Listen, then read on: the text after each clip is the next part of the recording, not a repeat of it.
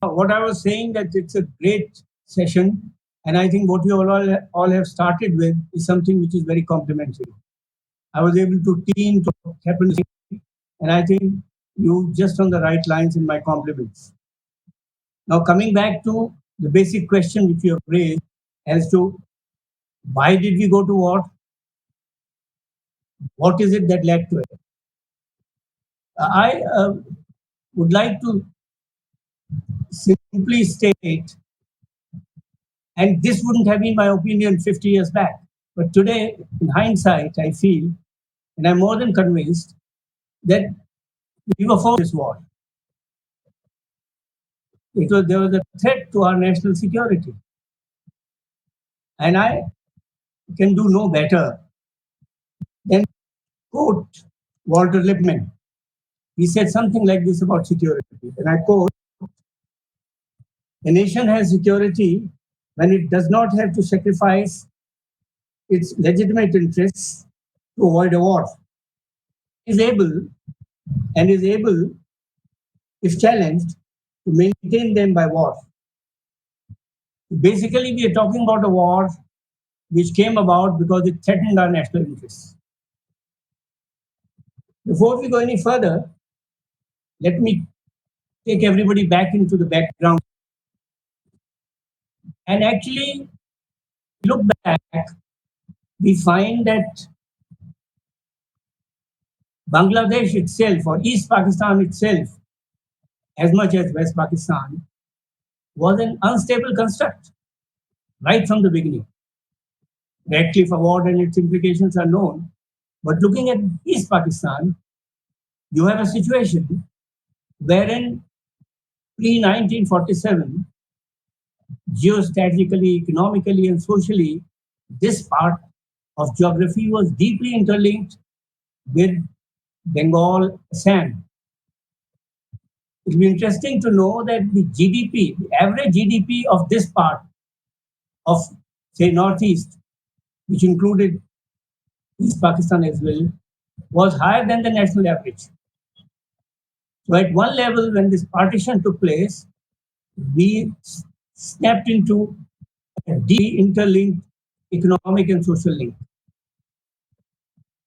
You had East Pakistan, which comprised Bengalis. Their language was Bangla, and they were ethnically and otherwise akin to their counterparts of West Bengal.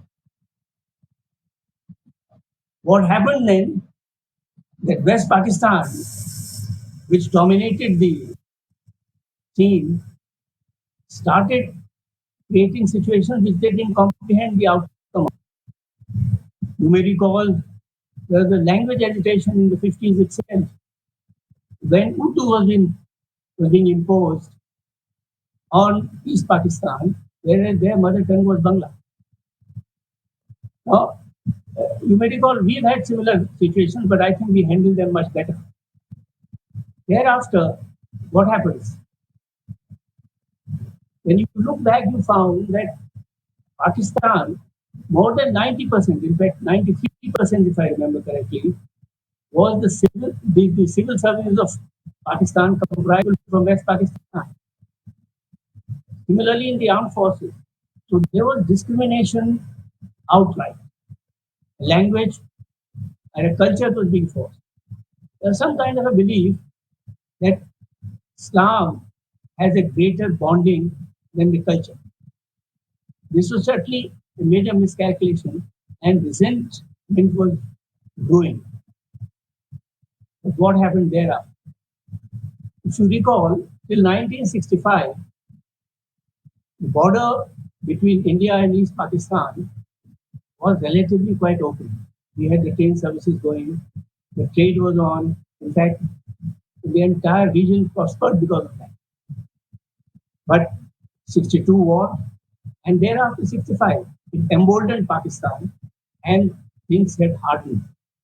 The border was sealed, there were no train services, and both East Pakistan, more than West Bengal, East Pakistan was certainly being starved. That, now what happens? We have an election in Pakistan, wherein Awami League, led by Sheikh Mujibur Rahman, as you all know. I'm trying to recap all this because this is something which we must keep in mind to understand why we went to war. You all know that it was a thumping majority which Awami League got. Pakistan, the rulers of Pakistan decided to ignore.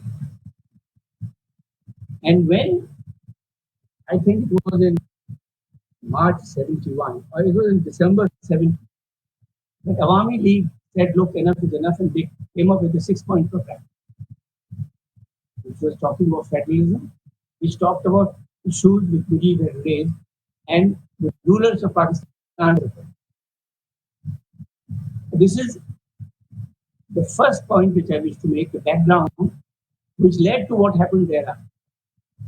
We all know that Pakistan backed out of it.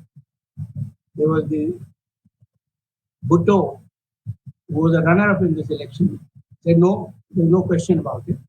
And they decided to use the military solution, the hammer, to say, all right, even if we have to knock off 3-4 lakhs of these dark-skinned Bengalis, we'll do it. And we'll sort out this problem. Now, here is a case of a major miscalculation. You can't find a military solution to every problem. And military solution does not mean just using a bullet. Now, this was the genesis of the which forced. Now, what was happening at that time globally? I would like to point it out. You see, after World War II, there was this orchestration. The military was not the only solution to the problem. There were other facets of statecraft which had to come in, and especially with nuclear deterrence. It was important. There was a certain amount of restraint which was imposed. And the war was not an isolated settle between the two neighbors. It had global ramifications. Right? What was happening then? Cold War was at its peak. On one hand, Pakistan, you may recall, was hobnobbing with America, and they played a big role in Henry Kissinger going to China, I think in April 70 or April 71, and then Nixon went there in 72. So America's opening into China, Pakistan facilitated, and it was their frontline state. We had lost the 62 war. In 65, we fought the war, but China was hostile to us, if you recall. But now things were changing. We had Indo-Soviet Friendship Treaty, and the two superpowers were very clear as to how they will look at this entire thing.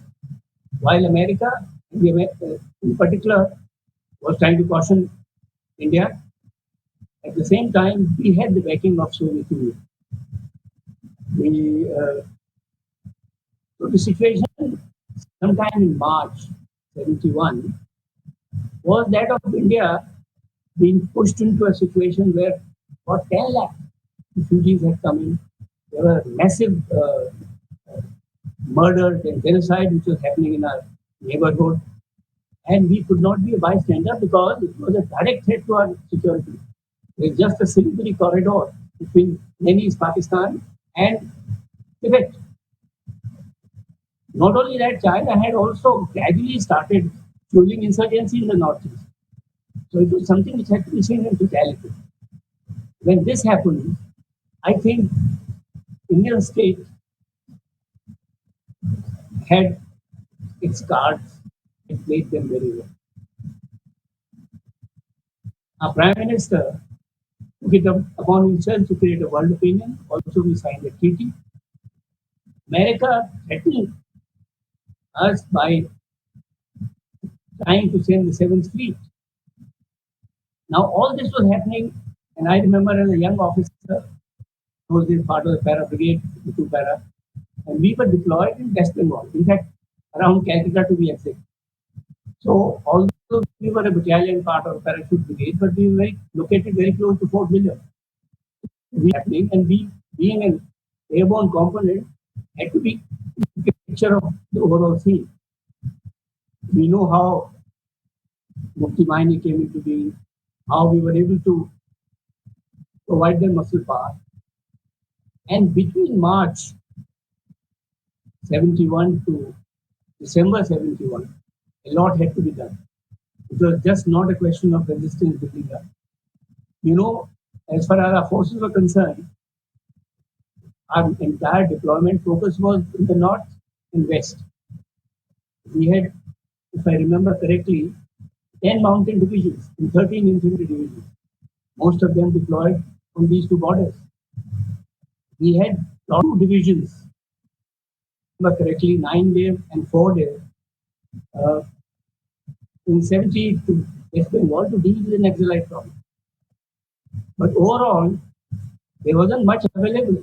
On the other hand, Pakistan had initially to begin with a division plus, but they built it up to around four divisions. So we had a situation where we had to build up. Our mountain divisions had to be regrouped, if at all, and how much can we pull out? Are we looking at China doing the same kind of a confrontationist attitude that they showed in 65? I think a very cool calculation and analysis reveals that this China is not going to do what they tried to do in 65. The reasons are very simple. There was a serious confrontation of China with Soviet Union over the Yuzhny River.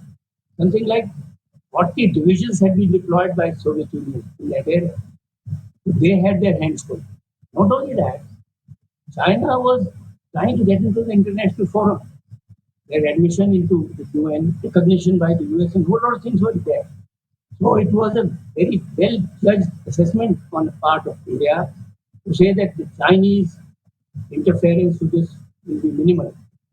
At the same time, we couldn't depend on this alone. So we had to wait till the pass is closed, and that also gave us time to prepare ourselves. A lot of preparation had to be done. Not only that, the terrain of Bangladesh was riverine, there were marshes. Therefore, any operation done pre-monsoon or during monsoon would have its own compulsion. If we see all this, we find India did the following.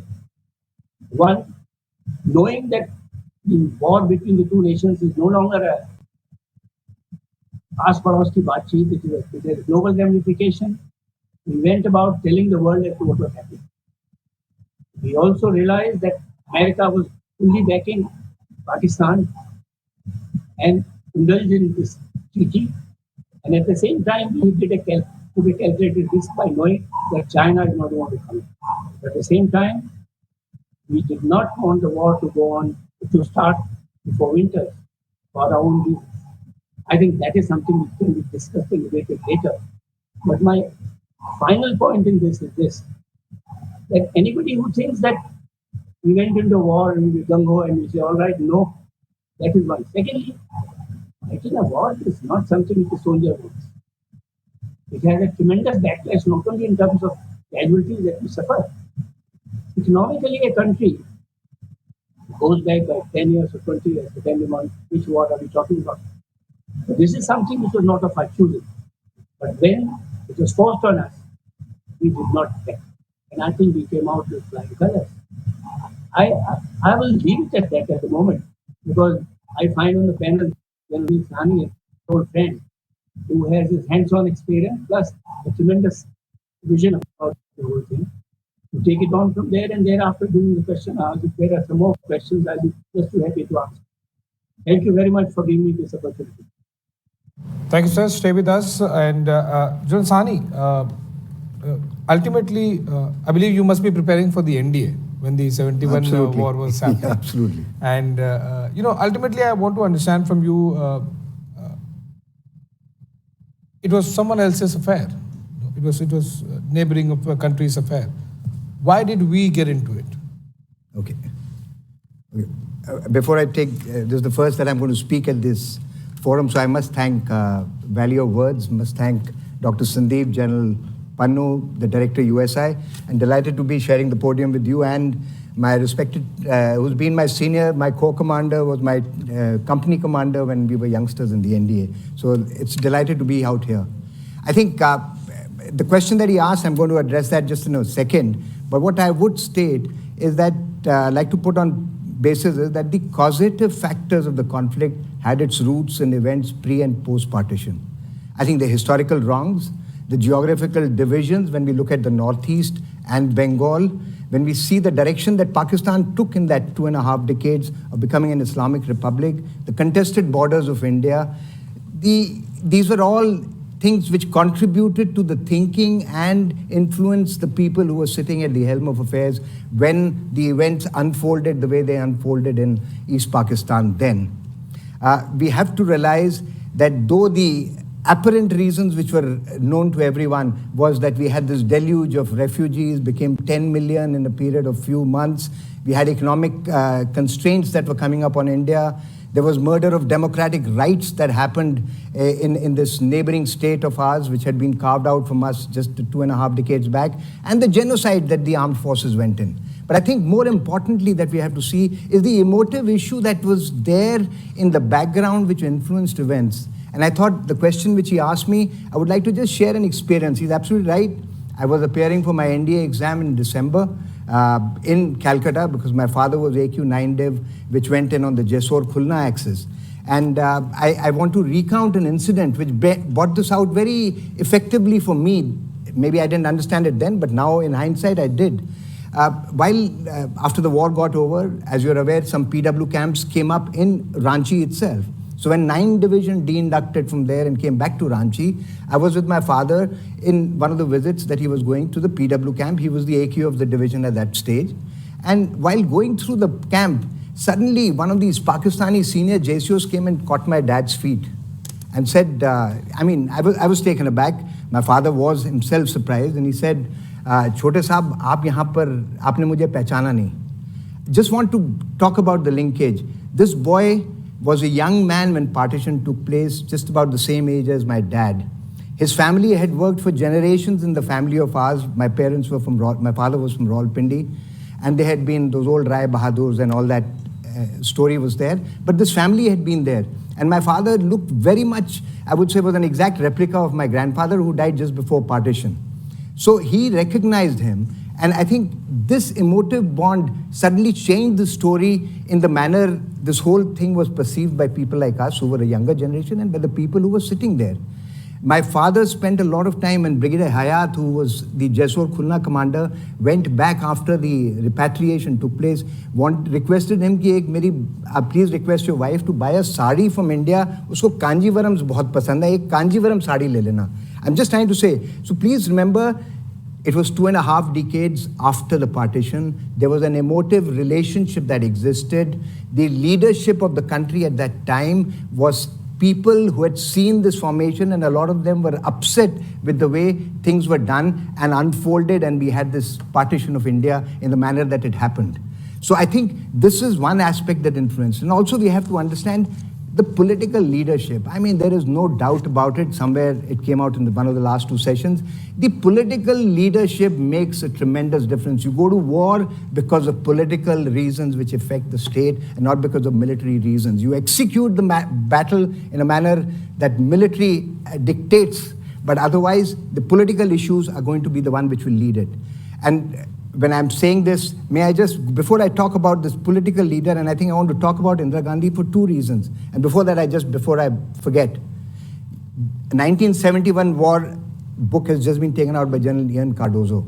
I think today was an apt day for us to have seen it. I got to know of it rather late, but sir, we'd be delighted somewhere down the line when you're there to share some of it. And I promise to read it immediately after this. Pick it up and read that book.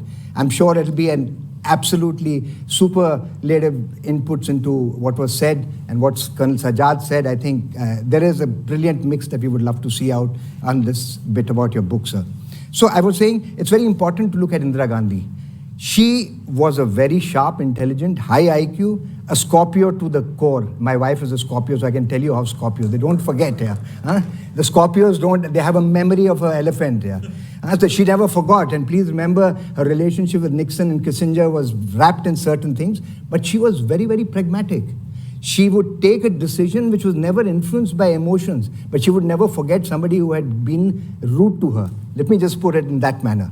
And the reason I'm saying is I was also privileged to see her. I was ADC to the Chief of Army Staff, and I think the kind of respect that she gave to General Malhotra, who was the chief, she never gave to any other, I would say, minister that came into her office. She would receive him at the front of the office and see him off at the back, come to the door to see him off. And the amount of respect she had. So what I'm trying to say, very perceptive, very dispassionate, decisive, and she was not a pushover. And she had been groomed by history and diverse events that happened from the time she was a kid in 1917 when she was born, growing up with people like Nehru, Mountbatten, Sardar Patel.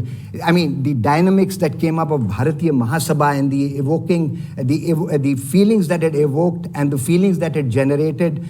We had the legacy of Shri Ashutosh Mukherjee, who set up the Presidency College. I mean, these are all very, very disparate kind of things which created and groomed this lady who had some great ideas. And please don't forget, we all remember as youngsters, her passion for rishis and all. She was a very devout Hindu.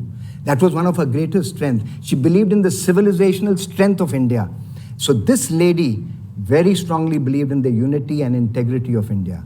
And she had felt all her life as she groomed up that this concept of two nations based on religion, the concept of statehood which came up, which was based of linguistic barrels, is not the way to go ahead for a new nation state which is emerging. And this is where she harmonized with Sardar Patel, though she was Nehru's daughter, but she harmonized on this aspect. So what we have to understand is we had this lady who was very clear about the unity and integrity, believed in the sovereignty, believed in democracy, and believed that these artificial lines which had been created on religion and linguistic will be detrimental for the overall security and integration and growth of India. And this guided her movement. So she was already preconceived that she had got an opportunity and she was looking at it to be able to encash it.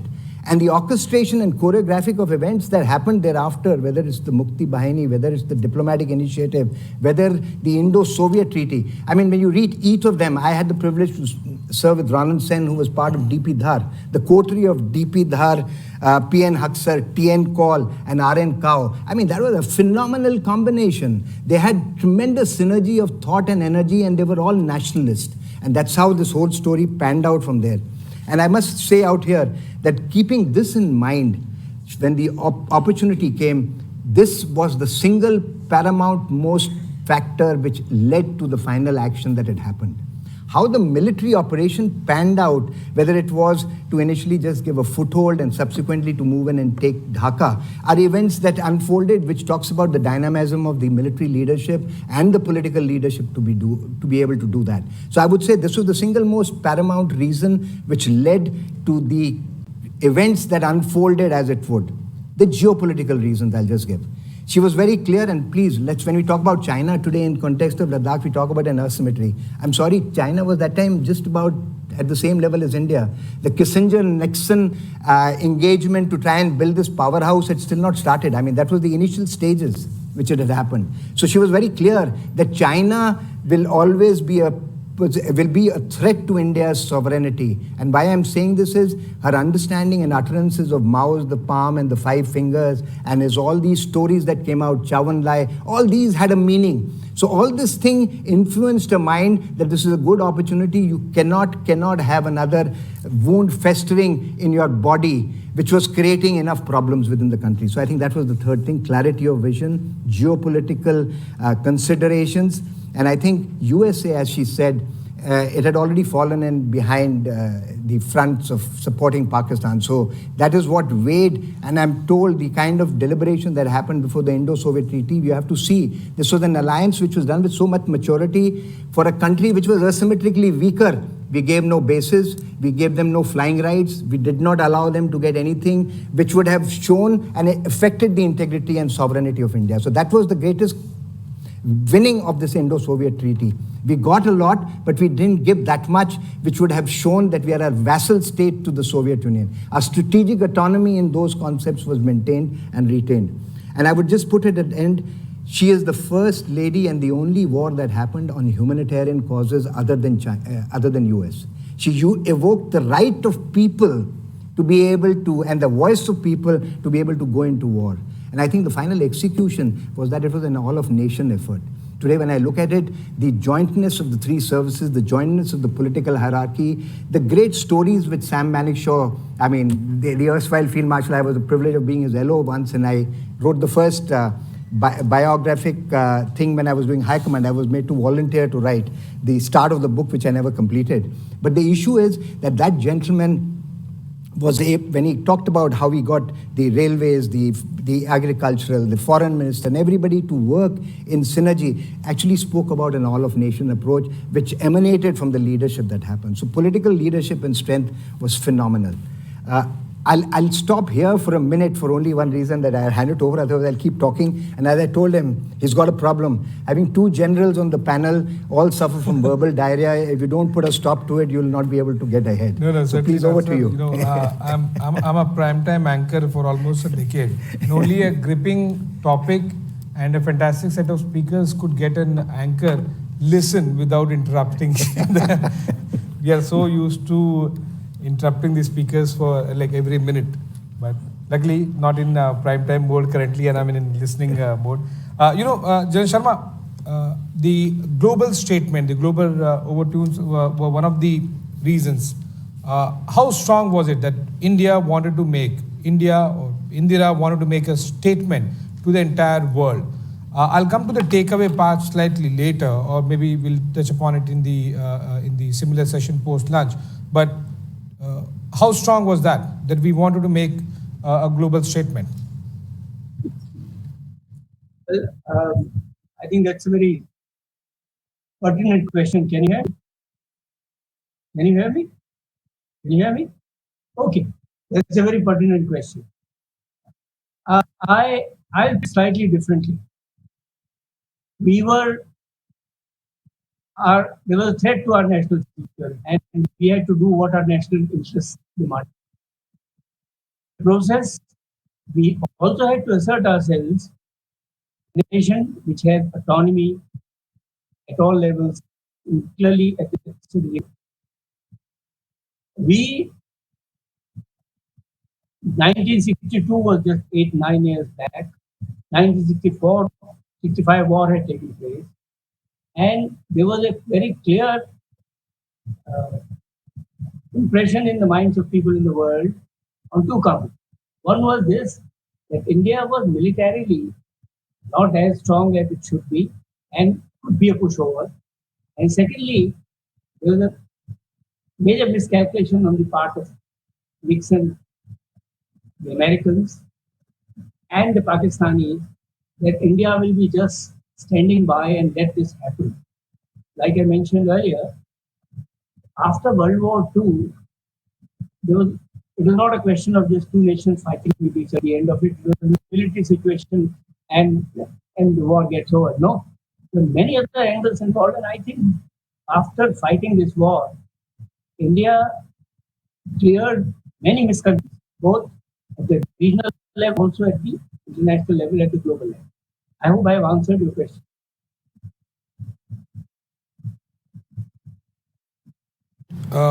What I wanted to understand with you, sir, was it actively, politically, one of the reasons that you feel could have led the then Prime Minister, to pursue harder as far as the 71 war decision is concerned?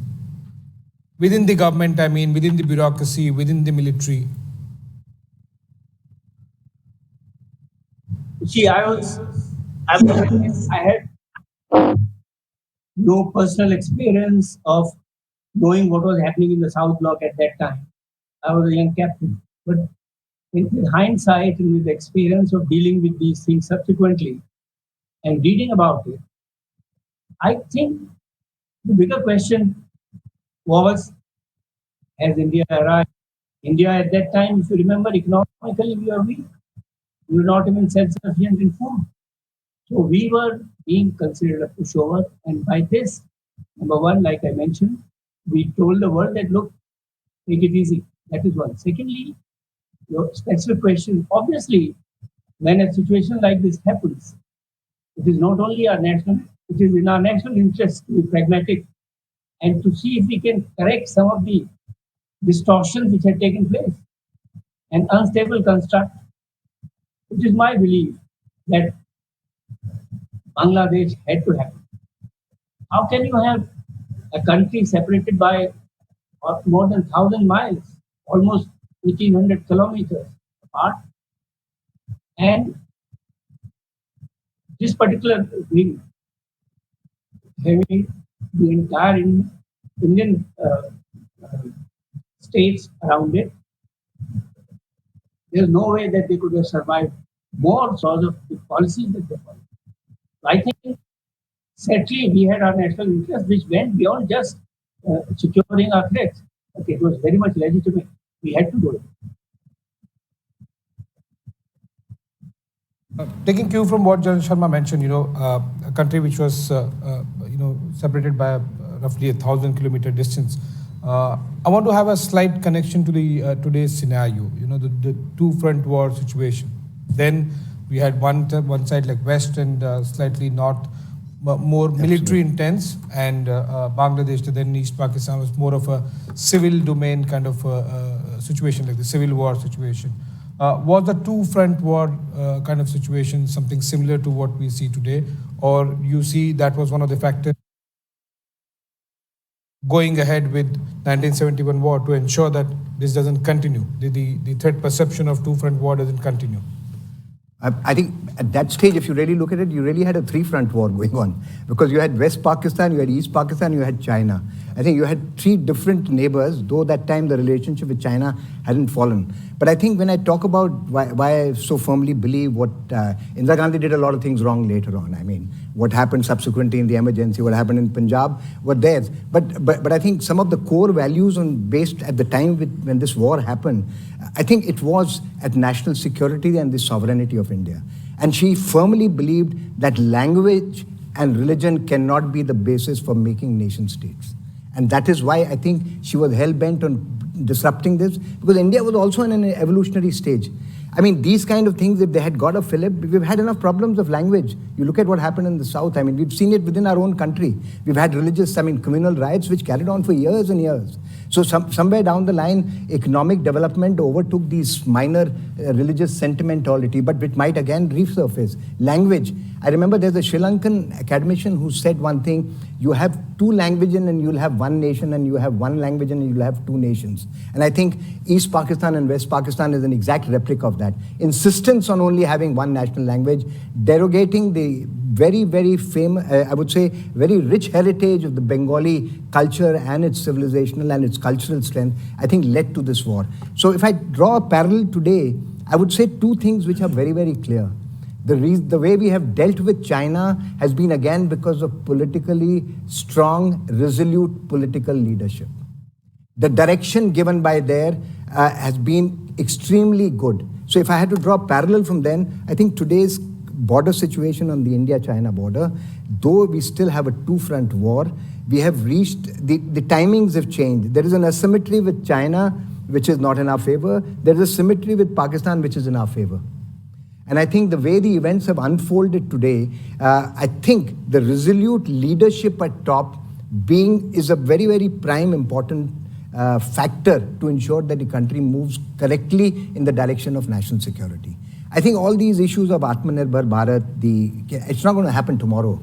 But what it is, it's setting the pace for an independent India which grows up and becomes very, very critical. With the evolving geo-economic center moving to the Asia-Pacific from the old Euro-Atlantic, India, I mean, geographically, nobody can wish us away. In the Indian Ocean, we have a predominant space. Yeah? We do matter. So I think somewhere down the line, resolute leadership then and now is the correct time for us to grow. It was a turning point for us because it was carving out and stabilizing of a nation state. Here, India is at a threshold of moving into a different realm, both economically and stature-wise. So I think the timings are right. The threat is on two fronts. Earlier on, the threat was in a growing symmetrical dimension where the superpowers played games. Today, India is in a position where there is an asymmetry in both sides, but it is no longer the 62. As I said, the benchmark is the 67 to really look at how the Indian armed forces has grown and how the Indian nation has grown today to be nearly 3 trillion economy. So I think we are moving in the right lines.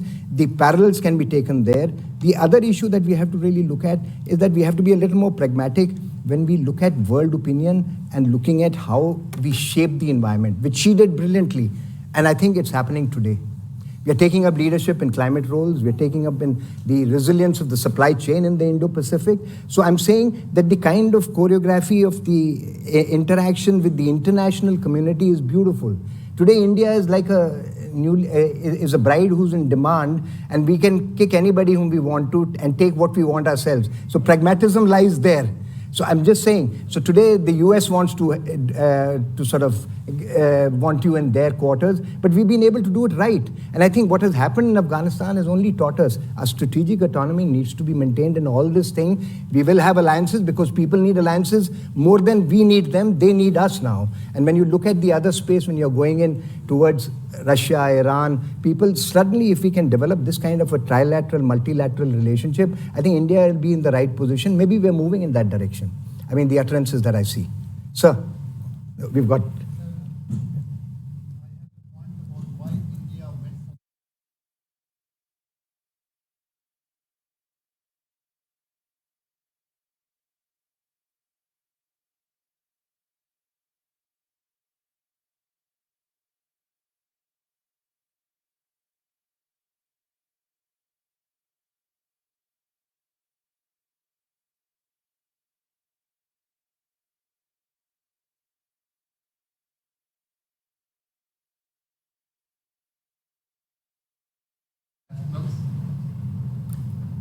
Indian nationals, they killed them in the border. So Pakistanis, while making hot pursuit on Mukti Bahini, were killing Indian soldiers. Number 3 was public opinion. Mrs. Gandhi had to consider, being a pragmatic leader, the Muslim opinion. Sir, in the month of August, there was a massive rally in Panipat, chaired by Lieutenant Colonel Shahnawaz Khan, Yes. who was commander of Netaji Subhash Bose Army, the battalion commander. And he was joined by Maulana Maududi, Ahle Jamaat, the Madrasa group. So there were lakhs of Muslims there. She got the message that the Muslims will be also in her favor. Number 4 was, I'm telling you the secret about it.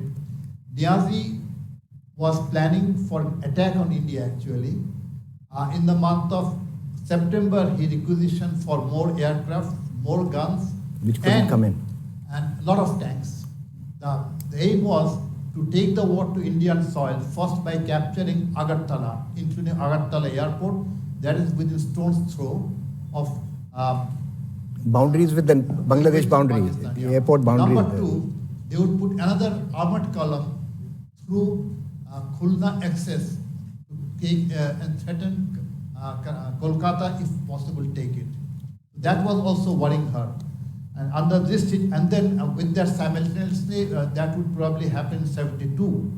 In the month of March or April, the Chinese corridor will open up. These are the things that probably forced her to take a decision by December. Okay. So I'll go. Sorry, I'll go by. Point taken, sir.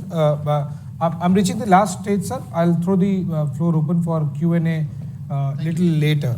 General Sharma, just exactly what General Sahni mentioned.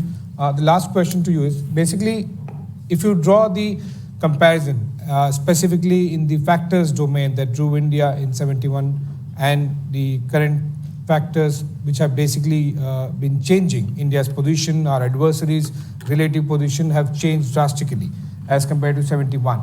How do you see the current factors in terms of priority, in terms of the global importance? Are we closer to that? Have these changed the factors which could draw India into conflict today as compared to the factors that drew, as you mentioned, which were predominantly by the national security and the sovereignty aspect? How do you see these two comparisons?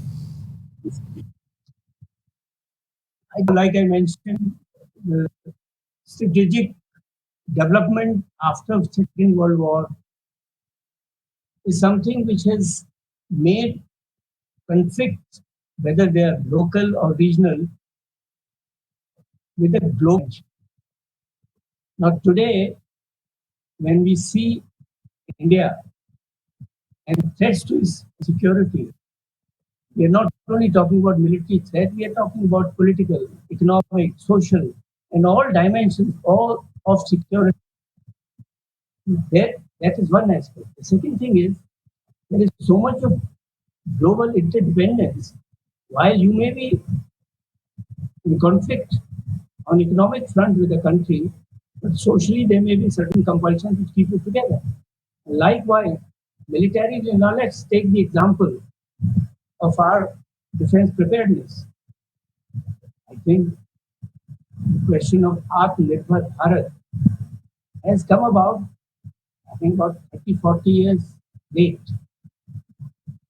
In our inventory, we have equipment of Soviet or Russian origin, we have American equipment, we have European equipment. It's a nightmare. Uh, I think Arun Sani will agree with me.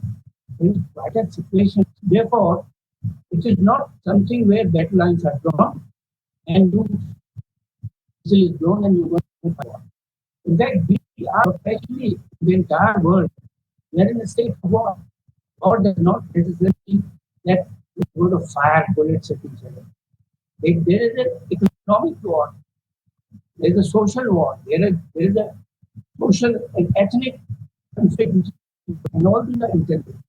But overall, I think the basic question of national interest is redefine dimensions need to.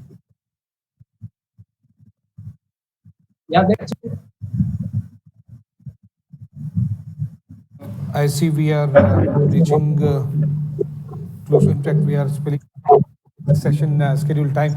I invite Journalist Sahani for closing remarks, and then we'll have a few minutes left for the Q&A in case anyone wants to ask questions. Journalist Sahani. I'll just address 2 or 3 points that came up. I think one thing which I wanted to talk about that it was great that you highlighted those issues, sir.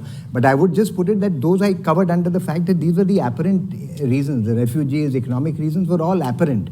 But there was more to it which led to what happened of taking the decision when you were not in 2.5 decades back, not strong enough to be able to take these kind of major decisions, fighting, and how you played the superpowers to be able to do those. That was the play which really led to what evolved in finally in the execution. But I would just like to talk about her pragmatism, and this is where I talk about it. She was she had grown up seeing this whole evolution of the 62, 65, and reached where she was when she reached in 71. And I have to tell you, today when you look at it, Xinjiang, she never ever talked about Aksai Chin at that stage. Why didn't she talk about? Because Aksai Chin, theoretically, when you go down and look at the geographically, that was the first session here. The western extremity of the Xinjiang plateau is the Aksai Chin.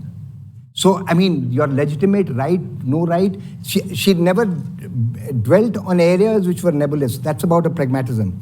The issue that came up, one more just point I'll say, is which came up last time, that what was it, that why did she succumb to whatever she did? I mean, I was told about this from somebody who worked in the PMO then. This could be one of the events that happened. If you remember, Muzaffar Hussain, he was the chief secretary in East Pakistan. He was in India's custody. His wife, who was stuck up in the Middle East, had a relationship with Bhutto of sorts. That's what the story goes. And when Bhutto was flying in after the war, when it was decided that he's going to be coming back to Pakistan, he had to have a refuel in Dubai. It was orchestrated by the Indian, for this lady to meet because she wanted her husband's release to happen. And I think at that stage, as you're aware, the directions had already been given by the military court for the execution of Mujibur Rahman.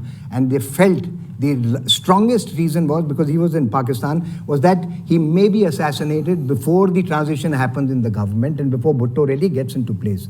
So he promised that he would release the Bangabandhu, as they said, Sheikh Mujibur Rahman, and that to an extent, and took an open promise that she will accede to his request somewhere down the line. So somewhere down the line, this little bit of thing also may have played in her mind when the final issue of handing over without, as a military man, it doesn't justify to my reasoning, but I mean, this is what I hear, were the intricacies that happened at the political power. Military people is an instrument, and an instrument is only as effective as its direction from the top. So there, somewhere down the line, the instrument was blunted. After it did its job, then it moved into the political, diplomatic reign. And I do feel in a lot of areas our diplomacy has failed for the position that we are here in today with our neighboring states. I think that's a story of another time. But thank you very much. Over to you, sir. Thank you, General Sharma and General Sahni. And the instrument that you mentioned certainly changed the geography and Absolutely. India's future. On that note, I throw the floor open for Q&A. Anyone has a specific question now?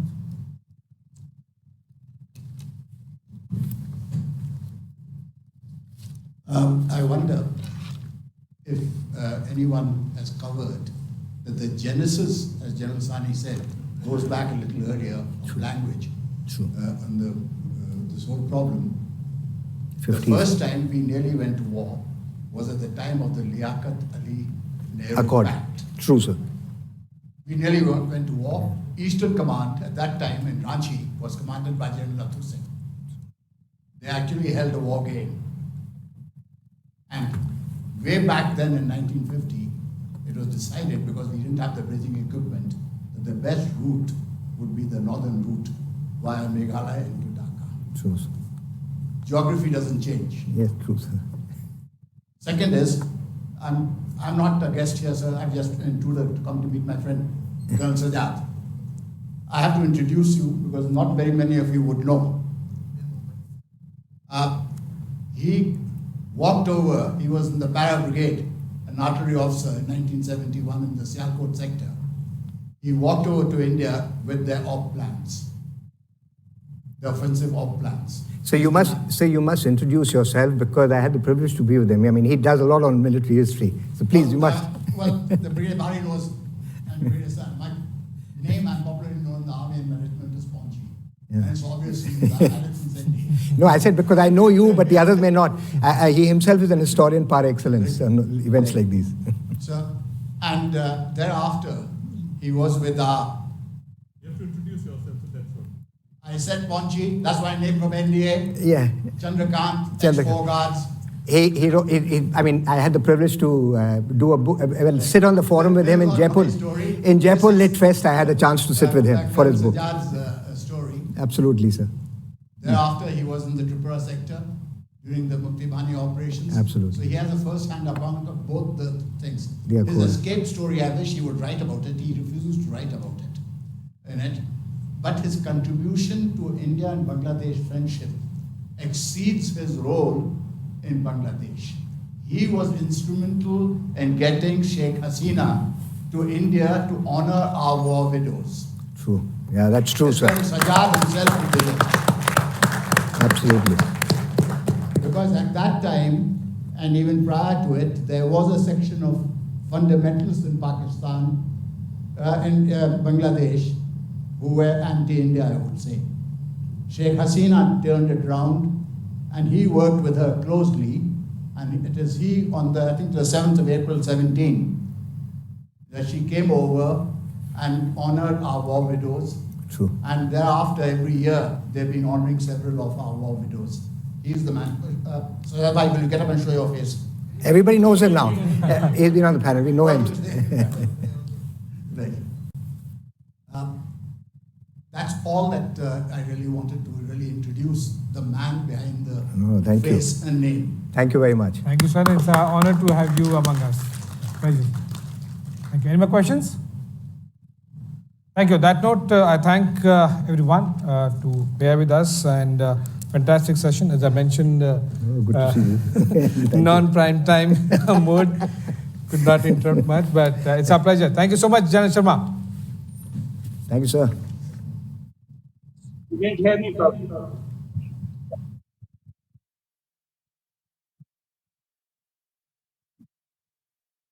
Thanks, sir. Thanks, Ashish.